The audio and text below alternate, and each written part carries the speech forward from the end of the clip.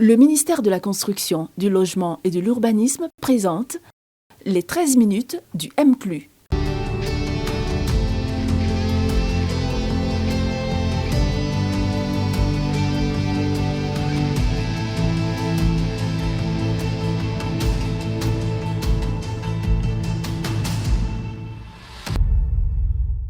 Mesdames, Messieurs, bienvenue dans le 13 minutes du M+.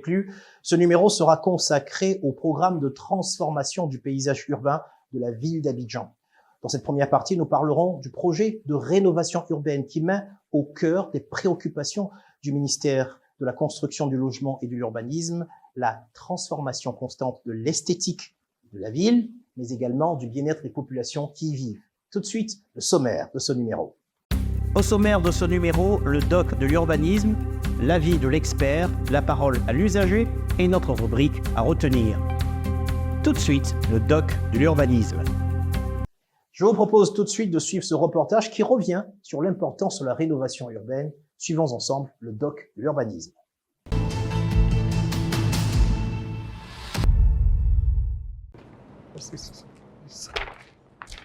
Bonjour, cher notable. Bonjour, chef. Bonjour Boussoufoué, qu'est-ce qui t'amène? C'est incroyable. Nous n'accepterons jamais ça. Mais qu'est-ce que tu racontes là? Il y a quoi encore? Chef, je vous ai dit ici, le gouvernement veut nous arracher le pain de nos bouches. Il parle de quoi? De quelle bouche tu parles? De quel pain tu parles? Regardez, chef. Regardez. Rien que des stratégies pour nous arracher nos terres. Rénovation urbaine. Mais rénovation urbaine là, c'est quoi? Chef, avant, nos villages, nos différents villages étaient en bourse, n'est-ce pas? On a prié Dieu jusqu'à ce que la vie nous trouve là. Ils sont mécontents. Raison pour laquelle ils ont créé ces histoires de rénovation urbaine. Boussoufoué, arrête de raconter des contes vérités. Ce que tu dis là, ça n'a rien à voir avec rénovation urbaine dont le ministère de la Construction en parle. Tu comprends que moi? Toi, tu comprends mieux là. Faut m'expliquer. Rénovation urbaine.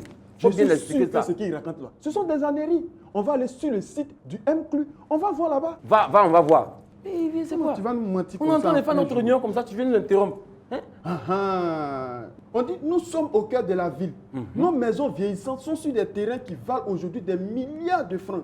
Alors l'État veut nous aider en créant un cadre pour nous mettre en contact avec les grands investisseurs avec qui nous allons passer un accord pour reconstruire notre cité. Il ne voit pas bien. Par exemple, sur la base d'un accord avec un bailleur de fonds, on peut casser ta maison et en lieu et place bâtir un immeuble R+8. Immeuble dans lequel tu auras des appartements et bien d'autres avantages. C'est pas comme il a dit, c'est ce qui est marqué ici.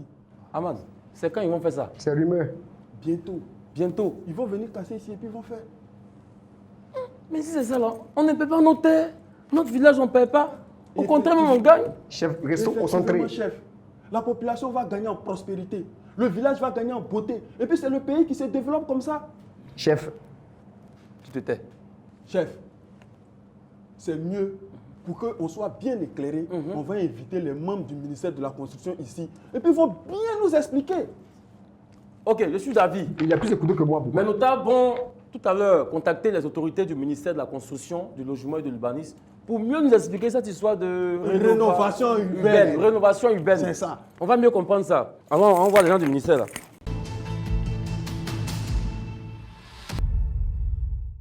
Pour mieux comprendre les enjeux et les implications de la rénovation urbaine, je reçois le directeur de l'adressage, de la gestion et de la restructuration urbaine, Monsieur Alphonse Nguessan. Bonjour, Monsieur le directeur. Bonjour. Je suis heureux d'être là. Alors, on a envie de savoir d'emblée quelle est la différence entre rénovation et restructuration, parce que on a le sentiment que c'est les mêmes mots pour nous les profanes. Merci bien. La rénovation urbaine porte sur des anciens noyaux, des tissus urbains qui ont un statut foncier légal, alors que la restructuration urbaine porte sur des tissus dont le statut foncier n'est pas régulier. Généralement, ils portent sur des quartiers précaires. Ok, donc la restructuration urbaine concerne davantage les quartiers précaires et la rénovation, c'est des anciens quartiers qui existent peut-être depuis longtemps et qui ont besoin d'être mis au goût du jour. Tout à fait. Alors, quand on parle de rénovation, il y a un projet. On parle de projet de rénovation urbaine. Alors, qu'est-ce que ça veut dire? Est-ce que les urbanistes se disent, OK, ce quartier existe depuis longtemps, on décide de redessiner le quartier. Qu'est-ce que vous faites exactement? Merci bien. Et je voudrais expliquer le contexte dans lequel aujourd'hui l'État de Côte d'Ivoire a décidé d'intervenir en matière de rénovation urbaine sur le tissu urbain d'Abidjan. Vous notez que depuis 2010, nous avons un certain nombre d'infrastructures qui se développent aujourd'hui au sein de la ville d'Abidjan. Abidjan s'est développé à travers un certain nombre d'anciens noyaux. Nous avons tout le développement qui a eu lieu à Trècheville, Makori et Adjamé. Et le plateau qui était le centre administratif.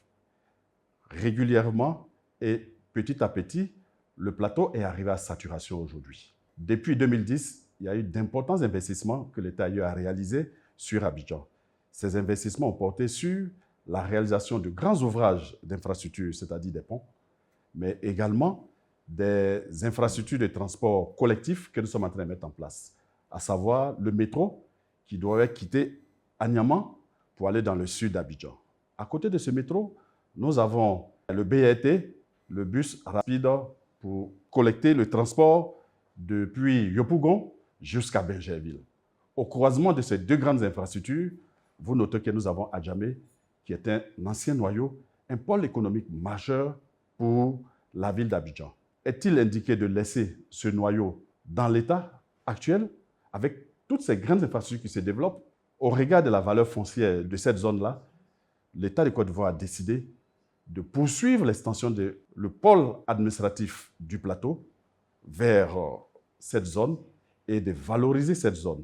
Il s'agit donc de profiter de ces grandes infrastructures que nous sommes en train de développer pour amorcer une politique de rénovation urbaine de tous ces anciens noyaux qui partent depuis Adjamé, Trècheville, Makori et bien d'autres anciens noyaux dans le périmètre du district d'Abidjan. Donc c'est une politique très ambitieuse que l'État met en place. Et donc aujourd'hui, nous sommes en train de structurer ces projets-là.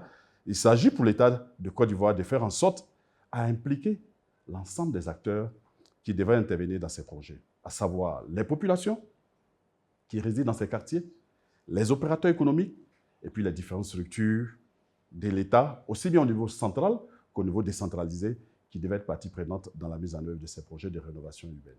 Donc, si j'ai une villa, que je suis propriétaire du terrain, et que vous dites que dans la zone où j'ai mis ma villa, il faut désormais des R+7, par exemple, qu'est-ce qui va se passer? Ça sera à moi de trouver, par exemple, un promoteur à qui je vais donner la possibilité de venir construire ce R+7, et puis on fait un deal derrière. Ou alors, je vends la terre. Quelles sont les options en fait qui s'offrent à nous lorsque le plan est disponible et que l'État nous fait injonction d'appliquer ce plan d'urbanisme? Je suis propriétaire de ma terre. Quelles sont les options qui s'offrent à moi? Merci bien. Vous comprenez que laisser l'initiative aux privés, aux particuliers, d'engager ce processus de rénovation urbaine va nous ramener dans une autre phase d'incohérence, de désharmonie dans notre tissu urbain.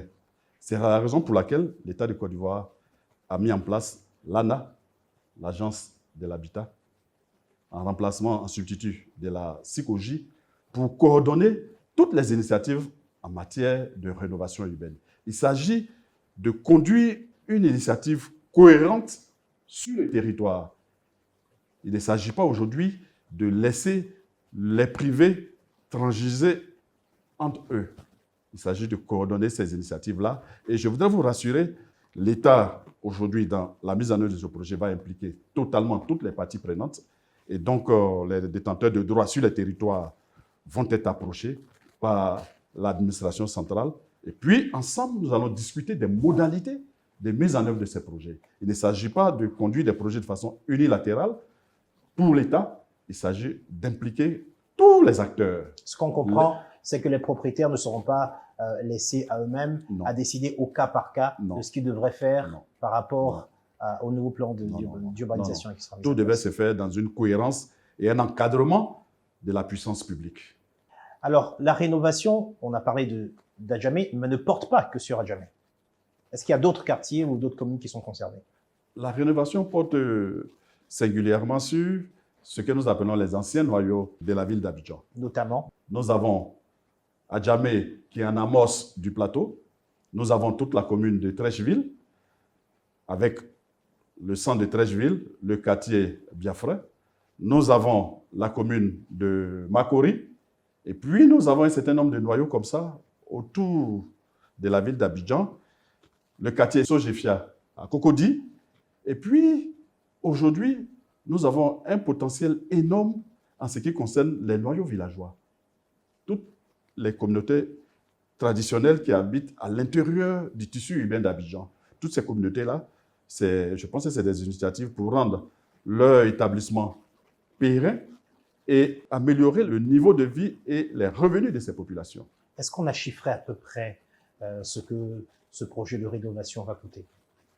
Non, au stade où nous sommes, et conduit la rénovation sur l'ensemble du district d'Abidjan et prétendre qu'aujourd'hui on peut le chiffrer, c'est prétentieux. C'est un programme qui est amorcé par l'État de Côte d'Ivoire et dans ce programme, nous allons évoluer de façon sectorielle, poche par poche. Et donc, chacune des poches va faire l'objet d'études, de négociations, de discussions et avant la mise en œuvre. Alors, sachant que ce projet de rénovation va être déployé sur le district d'Abidjan, quelles sont les dispositions à prendre aujourd'hui par les personnes qui occupent aujourd'hui ces habitations dans ces anciens noyaux urbains? Aujourd'hui, je pense que M. le ministre a engagé un certain nombre d'actions de sensibilisation. Et M. le ministre a annoncé le projet.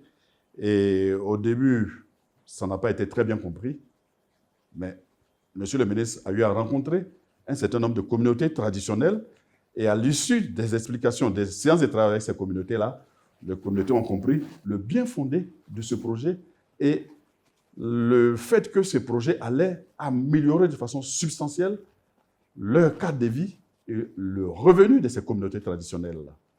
Donc, c'est une initiative forte appréciée aujourd'hui par les communautés traditionnelles. Est-ce que dans la mise en œuvre du projet de rénovation, on peut envisager la possibilité de reloger pendant un certain temps les populations qui habitent sur ces sites? Aujourd'hui, dire que voici la solution miracle pour un projet de rénovation, cela n'est pas exact. En fonction de la configuration, des attentes des parties prenantes, toutes les possibilités sont ouvertes. Et vous rêvez d'un Abidjan complètement transformé, Monsieur Nguesson? Forcément, Abidjan sera transformé. Et les anciens noyaux, moi je vois déjà à Djamé, Trècheville, fondamentalement transformés à un horizon de 5-10 ans. Monsieur Alphonse Nguesson, merci. Merci. Je rappelle que j'étais avec le directeur de l'adressage, de la gestion et de la restructuration urbaine. Avec lui, nous avons parlé du projet de rénovation urbaine dans la ville d'Abidjan. Tout de suite, ici on donnait la parole aux usagers. La rénovation urbaine, il faut dire que nous ici d'abord, nous l'avons accueilli avec une grande joie. Quand le ministère de la Construction et de l'Urbanisme nous a approchés, tout de suite, nous avons collaboré. Les premiers bénéficiaires au plan financier, c'est certainement la communauté villageoise d'Abigante. Il y a des retombées positives en termes d'amélioration des conditions de vie des populations par rapport à l'habitat qui se modernisera avec ce projet-là. Et au plan sécuritaire, nous sommes entourés de quartiers, de sous-quartiers où règne l'insécurité. La rénovation sera un ouf de soulagement pour nous. Abidjan va changer. Les quartiers nouveaux sont déjà pris en charge par les plans de transformation du visage de la ville. Mais qu'en est-il des anciens quartiers? C'est de ça qu'il s'agit lorsqu'on parle de rénovation urbaine. Les anciens quartiers qu'on appelle des anciens noyaux urbains seront complètement transformés. Apprêtez-vous et soyez disposés à recevoir les propositions du gouvernement pour donner un nouveau visage à la ville d'Abidjan. À bientôt pour le prochain numéro du 13 minutes du M+.